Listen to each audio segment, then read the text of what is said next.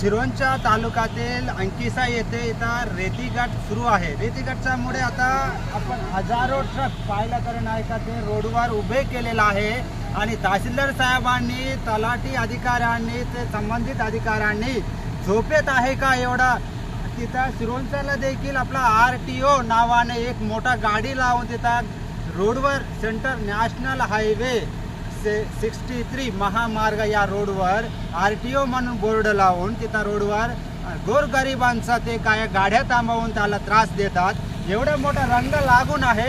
RTOचा काय डोळे ते बंद झाले का आता दिसत नाही का? तर पूर्ण ते नॅशनल हायवे बंद पडलेला आहे। तर रोडचं बघितलं तर आता समोर आपण बघू शकते असं ठिकाणी तर ते रेतीघाटचं कसं चालवता येत आहे।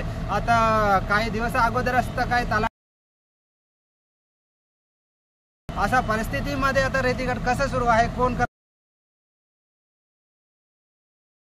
ते अंकिसा गावात आता मुख्य शहरात एवढा मोठा रंग लागून आहे ते कोणाचाही अधिकाऱ्यांचं लक्ष का बरं लागत नाही? साहेब झोपून आहे का तुम्ही? सगळं तहसीलदार साहेब असो आणि तलाठी अधिकारी असो कोणता जिल्हाधिकारी असो झोपून आहे तुम्हाला कळत नाही का साहेब?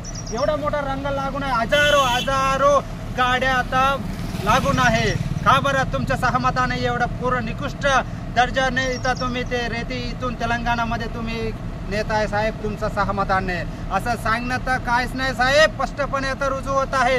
आपण या गाडीला बघितलं तर कोणा एक करणार आहे साहेब? आता ते सिरोंचा तालुका गडचिरोली जिल्ह्यातील आता तेलंगणा असल्यामुळे आता पूर्ण तेलुगू बोलणारा लोक असल्यामुळे आता कोण विचारणार पुढे, पण तक्रार करणार पण कोणीच नाही असा विचार घेत आता तहसीलदार साहेबांनी तलाठी साहेबांनी यांच्या सहमताने या रेती चालवता येत आहे आणि तेलंगणाचा सावकार येऊन इथं अंकिसातून आता रेती पूर्णपणे तेलंगणा पाठवत आहे।